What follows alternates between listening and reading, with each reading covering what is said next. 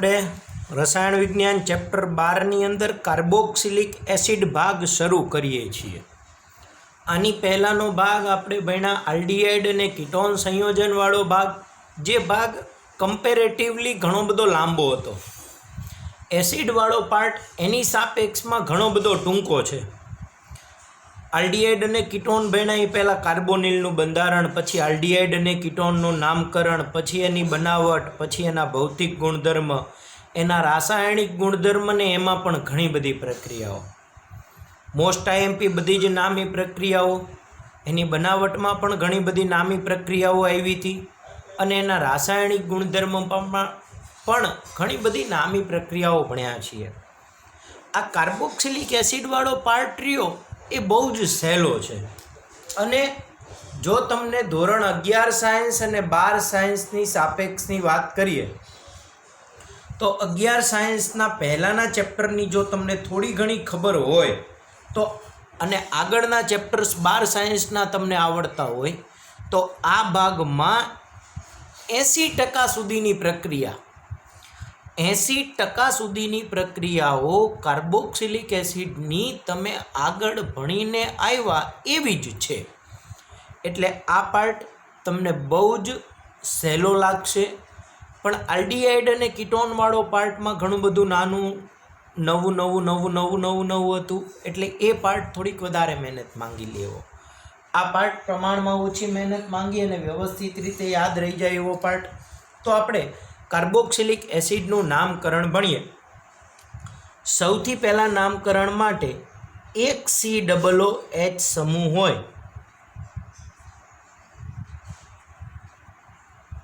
ત્યારે એના IUPAC નામમાં આપણને ખબર છે કે પ્રત્યય તરીકે આપણે ઓઇક એસિડ લગાવીએ છીએ અને આમાં કાર્બોક્સિલિક એસિડ અથવા ગમે એ લગાડવામાં આવે છે.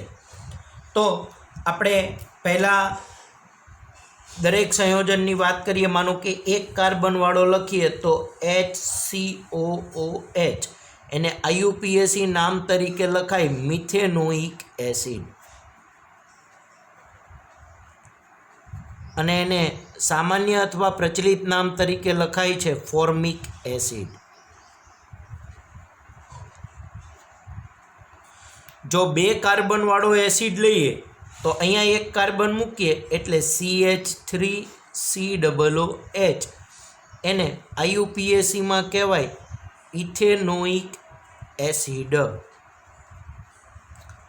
જેનું સામાન્ય અથવા પ્રચલિત નામ છે એસિટિક એસિડ. 3 કાર્બનવાળો લખીએ તો CH3CH2COOH, એનું IUPAC નામ લખાય પ્રોપેનોઇક એસિડ.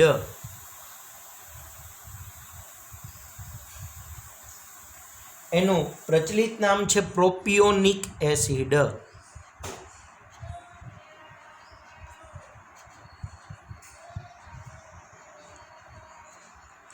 આ ઓનિકની જગ્યાએ ઘણી વખત પ્રોપિયોનિક એસિડ પણ લખવામાં આવે છે, તો એ એક ખાસ ધ્યાન રાખજો. પછી આપણે 4 કાર્બનવાળો લખીએ CH3 CH2 CH2 COOH, 1 2 3 અને 4 કાર્બન, જેને IUPAC નામ તરીકે બ્યુટેનોઇક એસિડ લખાય અને જેનું પ્રચલિત નામ બ્યુટીરિક એસિડ છે. જેનું પ્રચલિત નામ કયું છે? બ્યુટીરિક એસિડ છે. પછી 5 કાર્બનવાળો લખીએ તો CH3, હવે એક વખત CH2 ઉમેરીએ તો CH2 3 ટાઈમ્સ અને COOH, 1 કાર્બન પછી 3 કાર્બન એટલે 4 અને 1 એટલે 5. 5 કાર્બનવાળો હોય તો IUPACમાં એને લખાય પેન્ટેનોઇક એસિડ. એનું પ્રચલિત નામ છે વેલેરિક એસિડ.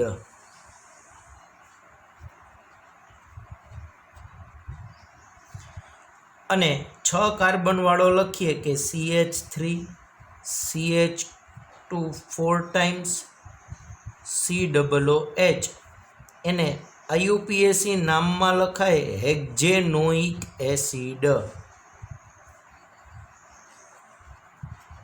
અને એનું પ્રચલિત નામ છે કેપ્રોઇક એસિડ.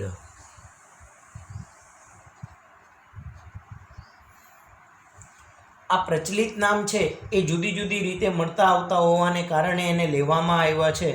એના વિશે પણ વાત કરી છે કે ફોર્મિક એસિડ છે એ લાલ કીડીમાંથી મળ્યો હતો અને એનું લેટિન નેમ ફોર્માઇકા હતું, એટલે ફોર્માઇકા ઉપરથી એને ફોર્મેટ એસિડ તરીકે લેવામાં આવ્યો. આ કેપ્રોઇક એસિડ, કેપ્રિલિક એસિડ, કેપ્રિક એસિડ એના વિશેની પણ થોડીક વાત છે, એને એક ખાસ ધ્યાન રાખીશું આપણે. આ સિવાય આપણી ટેક્સ્ટબુકમાં એક આઇસોબ્યુટેરિક એસિડ આપ્યું છે, એના બંધારણને અને એને એક ખાસ યાદ રાખીએ, જેનું સામાન્ય નામ છે આઇસોબ્યુટેરિક એસિડ.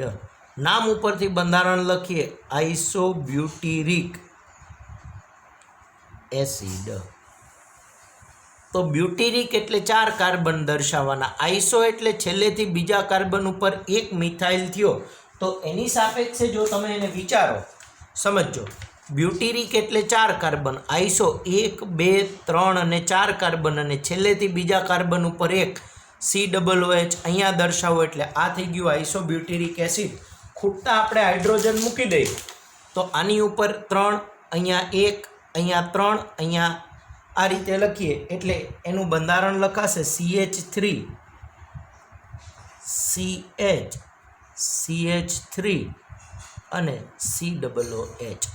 IUPAC નામમાં અને પહેલો કાર્બન, બીજો અને ત્રીજો કાર્બન કહીએ એટલે 2 મિથાઇલ પ્રોપેનોઇક એસિડ.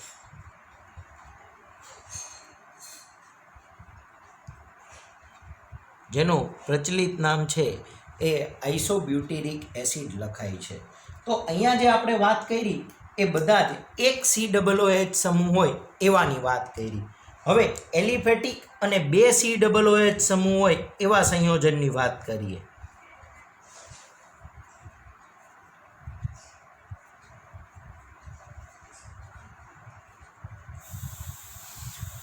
હવે 2 આલ્ડીહાઇડનું જેમ નામ લખ્યું હતું એમ જ અહીંયા 2 COOHનું નામ લખવામાં આવે છે.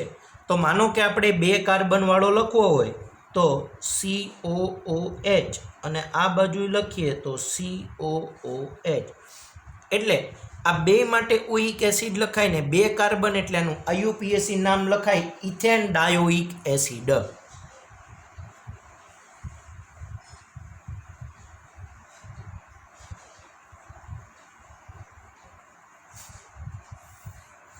પછી 3 કાર્બન લખીએ તો માનો કે આ રીતે લખાય કે COOH CH2 અને COOH 3 કાર્બન ઉપરથી એને લખાય પ્રોપેન ડાયોઇક એસિડ.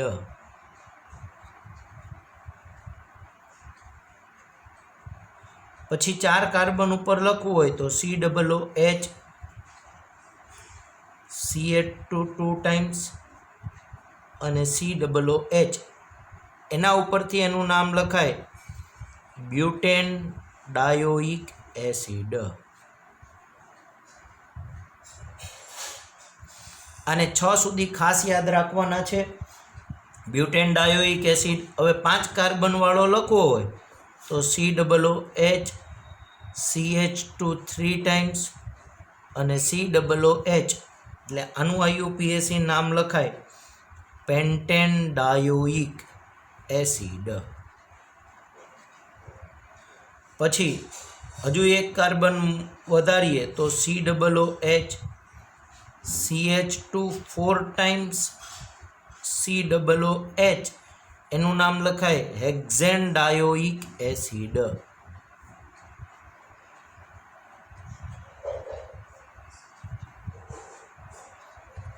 અને આને યાદ રાખવા માટે દરેક ડાયોઇક એસિડના પહેલા અક્ષરને યાદ રાખી અને આવી રીતના યાદ રાખો O મે સ ગ્લુ એ.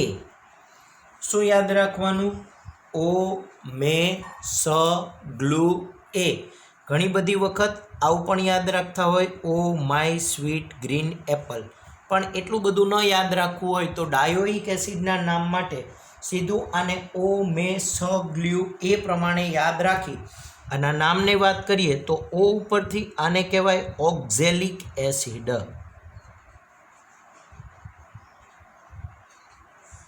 મે એટલે મેલોનિક એસિડ,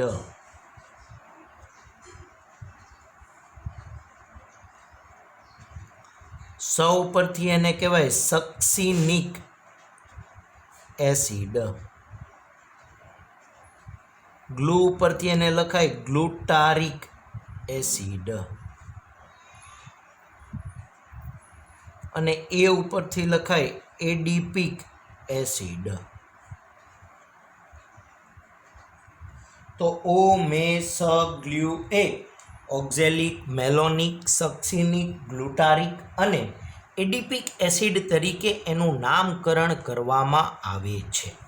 તો આટલું ખાસ ધ્યાન રાખીએ. ડાયોઇક એસિડના નામમાં એના પ્રચલિત નામ છે. આ પ્રચલિત નામ આપણા માટે ખૂબ જ મહત્ત્વના છે, એને ખાસ યાદ રાખીશું.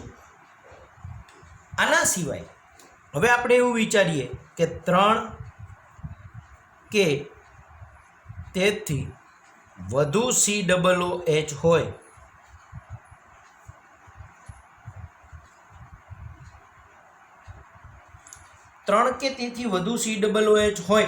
ત્યારે એના IUPAC નામકરણમાં પ્રત્યય તરીકે ઓઇક એસિડની જગ્યાએ આપણે કાર્બોક્સિલિક એસિડ લખીએ છીએ.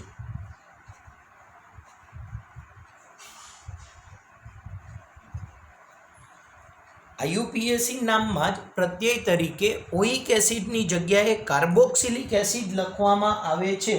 અને જ્યારે પણ આપણે કાર્બોક્સિલિક એસિડ લખીએ છીએ ત્યારે COOHના કાર્બનને શાખાની ગણતરીમાં લેવામાં આવતો નથી. COOHના કાર્બનને શાખાની ગણતરીમાં લેવામાં આવતો નથી. એના જુદા જુદા ઉદાહરણની વાત કરીએ, એકદમ સિમ્પલ ઉદાહરણની વાત કરીએ તો માનો કે આપણે લખીએ કે COOH, પછી લખીએ CH2, CH, અહીંયા લખીએ COOH, પાછું લખીએ CH2 અને COOH. તો આના નામકરણ માટે તમે જોઈ શકો છો કે 3 કાર્બોક્સિલિક એસિડ સમૂહ આવ્યા, 1, 2 ને 3. અહીંયા શું હતું તો 2 જ COOH હતા. તો આ બંનેના કાર્બનને સળંગણી નંબર આપી શકાતા હતા, 1, પછી આ 4 એટલે 5 અને 1 6, જેમ કે 1, 2 ને 3. તો આને પ્રોપેન ડાયોઇક એસિડ કીધું. પણ ત્રણેય કાર્બનને ગણી અને સળંગ શૃંખલા એક પણ શક્ય નથી, એટલે આને વિસ્થાપિત તરીકે લખવા પડે. અને જ્યારે પણ COOHને વિસ્થાપિત તરીકે લખીએ ત્યારે IUPAC નામકરણના પ્રત્યય ઓઇક એસિડની જગ્યાએ કાર્બોક્સિલિક એસિડ લખવામાં આવે છે. તો એના ઉપરથી હવે આના કાર્બનને એકેયને ગણવાના નહીં, એટલે નામકરણ માટે આ પહેલો નંબર, આ બીજો નંબર અને આ ત્રીજો નંબર થઈ ગયો. તો અને ત્રણેય કાર્બન વચ્ચે સિંગલ બોન્ડ છે એટલે આને પ્રોપેન 1, 2, 3 ટ્રાય કાર્બોક્સિલિક એસિડ, એટલે આનું IUPAC નામ લખાશે propane 1, 2, 3 try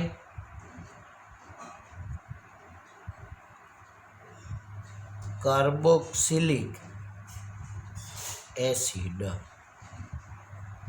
propane 1, 2, 3 tri carboxylic acid એ આ સંયોજનનું IUPAC નામ છે. હવે પ્રચલિત નામ માટે આને ટ્રાય કાર્બાઇલિક એસિડ અથવા કાર્બાઇલિક એસિડ કહે છે. આ ખાસ યાદ રાખજો, ટ્રાય કાર્બાઇલિક એસિડ અથવા કાર્બાઇલિક એસિડ, આ અથવા આ નામ એનું લેવામાં આવે છે. તો આને ખાસ યાદ રાખીએ. હવે આવું નવું બીજું એક બંધારણ લખી અને એના નામકરણની જો આપણે વાત કરીએ તો એમાં કાર્બન વધારી દઈએ. માનો કે આપણે એવું લખીએ કે CH2, અહીંયા COOH લખીએ, પછી Ca2, CH, COOH, CH2 અને COOH. હવે આ સંયોજનના નામકરણની વાત કરીએ તો તમે જો તો 1, 2, 3 અને 4 કાર્બન છે. હવે નંબર આમથી આપો તો પહેલા, ત્રીજા ને ચોથા ઉપર જાય COOH. આમથી આપો તો પહેલા, બીજા ને ચોથા ઉપર જાય. તો 1, 2, 4 છે એ ઓછો નંબરિંગ થશે. તો એની સાપેક્ષે આપણે એને નંબર આપીએ તો આ પહેલો, આ બીજો, આ ત્રીજો અને આ ચોથો. એટલે અને ચારેય કાર્બન વચ્ચે સિંગલ બોન્ડ છે એટલે એને બ્યુટેન તરીકે લખીએ તો આનું IUPAC નામ લખાશે butane. 1, 2, 4 try carboxylic acid. Butane 1, 2, 4 try carboxylic acid એવું નામકરણ કરવામાં આવે છે. જો 4 લખ્યા હોત તો ટેટ્રા કાર્બોક્સિલિક એસિડ, 5 લખ્યા હોત તો પેન્ટા કાર્બોક્સિલિક એસિડ, એ પ્રમાણે એનું નામકરણ કરવામાં આવે છે. હવે આપણે એરોમેટિક એસિડના નામકરણ ભણીએ. અત્યાર સુધી આપણે બધા એલિફેટિક જ લીધા. હવે આપણે એને અલગ ભાગ રાખીએ અને એવું લખીએ કે એરોમેટિક એસિડના નામકરણ.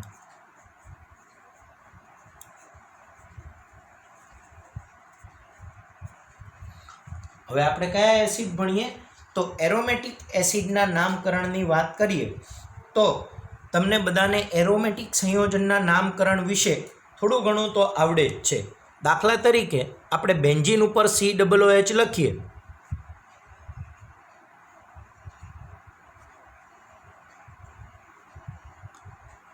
તો એનું IUPAC નામ ખરેખર 6 કાર્બન બેન્ઝીનના ને 1 આ એટલે 7 કાર્બન ઉપરથી એને બેન્ઝીન કાર્બોક્સિલિક એસિડ લખવું જોઈએ.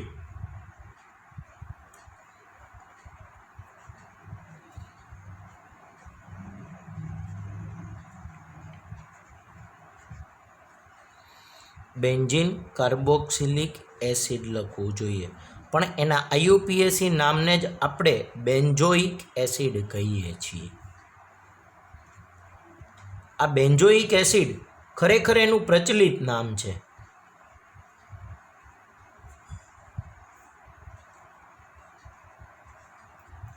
બેન્ઝોઇક એસિડ છે એ ખરેખર એનું પ્રચલિત નામ છે. આ બાજુ બંધારણ, અહીંયા વચ્ચે જે લખીએ છીએ એ આપણે એના IUPAC નામ લખીએ છીએ અને આ બાજુ એના સામાન્ય અથવા પ્રચલિત નામની વાત કરીએ છીએ. બેન્ઝીન કાર્બોક્સિલિક એસિડ એટલા માટે લખવું પડે કે આમ જોવા જઈએ તો બંધારણમાં ટોટલ 7 કાર્બન છે. બેન્ઝીનવાળા 6 અને 1 આ 7.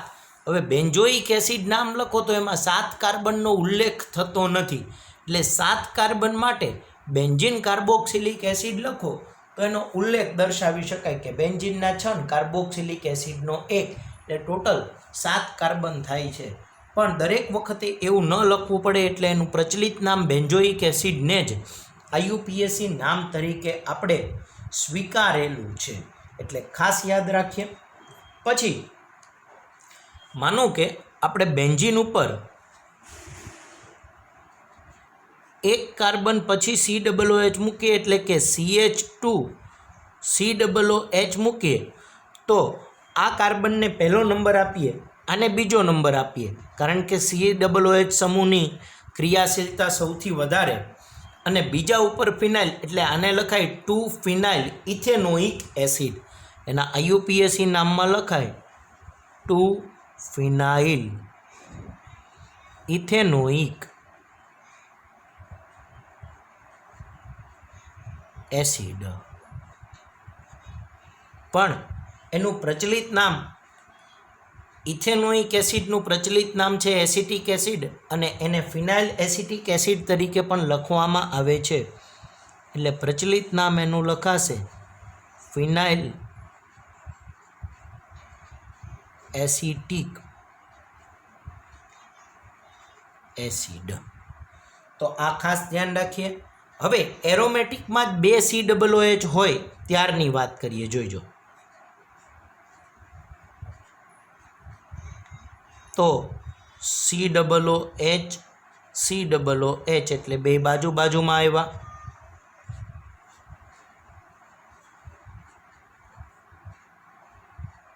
COOH અને COOH 1 3 સ્થાનમાં ગયા.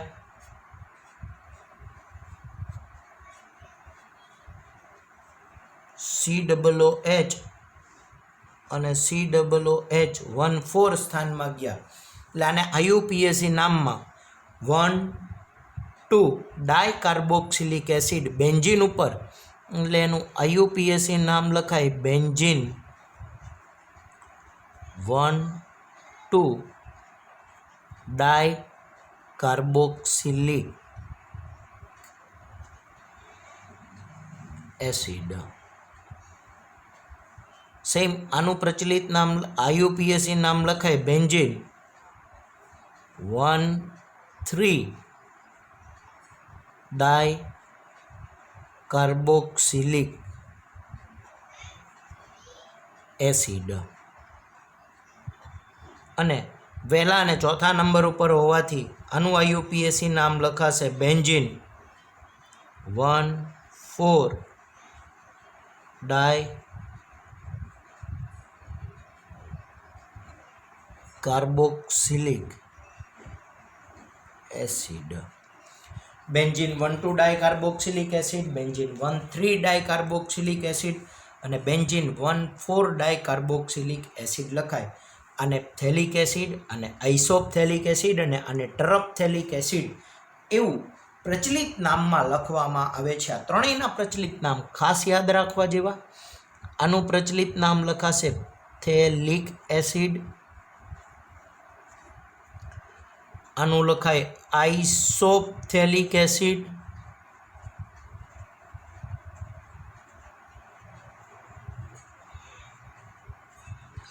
અને આનું પ્રચલિત નામ લખાય છે ટરપથેલિક એસિડ.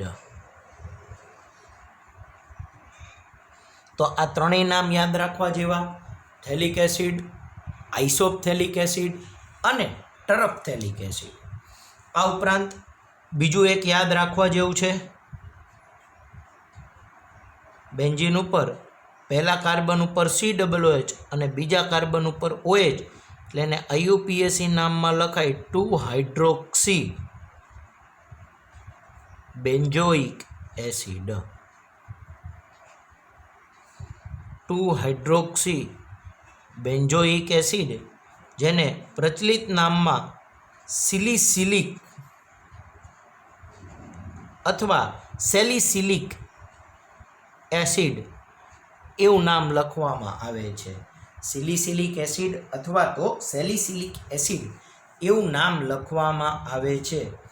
અને આમ તો COOH સમૂહ ન ધરાવતો પાછળ એસિડ તરીકે પ્રત્યય આવે 2,4,6 ટ્રાઇનાઇટ્રોફિનોલ, અને એ 2,4,6 ટ્રાઇનાઇટ્રોફિનોલને કહેવામાં આવે છે પિક્રિક એસિડ. ખાસ યાદ રાખવા જેવું છે, જે તમારે આની આગળના ચેપ્ટરમાં ભણવાનું છે. જે તમારે આગળના ચેપ્ટર એટલે કે ફિનોલવાળા ચેપ્ટરમાં ભણવાનું હતું, પણ અહીંયા હું તમને તો પણ એ ફિનોલ સંયોજનની સાથે સાથે જ અહીંયા એસિડની અંદર પણ જો આપણે એને સમજાવીએ તો 2,4,6 ટ્રાઇનાઇટ્રોફિનોલ અને એને પિક્રિક એસિડ કહેવામાં આવે છે. જોઈજો એનું બંધારણ. ફિનોલ એટલે OH, બીજા, ચોથા અને છઠ્ઠા નંબરના કાર્બન ઉપર નાઇટ્રો, એને લખાય 2,4,6 ટ્રાઇનાઇટ્રોફિનોલ, જેનું પ્રચલિત નામ છે પિક્રિક એસિડ. આ પિક્રિક એસિડને ખાસ યાદ રાખો. બાકી અહીંયા જુઓ, આપણે બધાની પાછળ એસિડ લગાડ્યું, બધાની પાછળ એસિડ છે, અને એસિડ છે ને ત્યાં બધામાં COOH સમૂહ છે. જો સિલિસિલિક એસિડમાં COOH સમૂહ છે, બેન્ઝોઇક એસિડમાં છે, આ એસિડમાં છે, અહીંયા એસિડમાં COOH સમૂહ છે, અહીંયા એસિડમાં COOH સમૂહ છે. પણ આ એક એસિડ એવો છે કે COOH સમૂહ ન ધરાવતો એરોમેટિક એસિડ.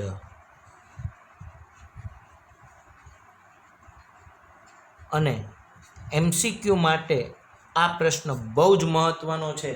ટેક્સ્ટબુકમાં આ વસ્તુ અત્યારે નથી આપી, પણ આને ખાસ યાદ રાખીએ કે COOH સમૂહ ન ધરાવતો કાર્બોક્સિલિક એસિડ અથવા એરોમેટિક સંયોજન જો તમને પૂછાય તો એનું નામ પિક્રિક એસિડ આવે. એનો જવાબ તમારે પિક્રિક એસિડ લખવાનો આવે. તો અહીંયા આપણા એસિડનું નામકરણ અહીંયા પૂરું થયું, કાર્બોક્સિલિક એસિડનું નામકરણ. હવે આપણે કાર્બોક્સિલિક એસિડના બનાવટની પ્રક્રિયા ભણવાની છે. બનાવટની પ્રક્રિયાને આપણે નેક્સ્ટ લેક્ચરમાં ભણશું. આજે આપણે એસિડનું નામકરણ ભણ્યા, તો એને ખાસ યાદ રાખીએ. પહેલાં એક COOH હોય એવા, પછી 2 COOH હોય એવા, પછી 3 કે તેથી વધુ COOH હોય એવા, પછી એરોમેટિક સંયોજનનું નામકરણ તમારે આ રીતે ફેરબુકમાં એક વખત નામકરણ લખવાનું છે. તો અહીંયા આપણો નામકરણનો ટોપિક પૂરો કરી એની બનાવટની પ્રક્રિયાને આપણે નેક્સ્ટ લેક્ચરમાં ભણીશું.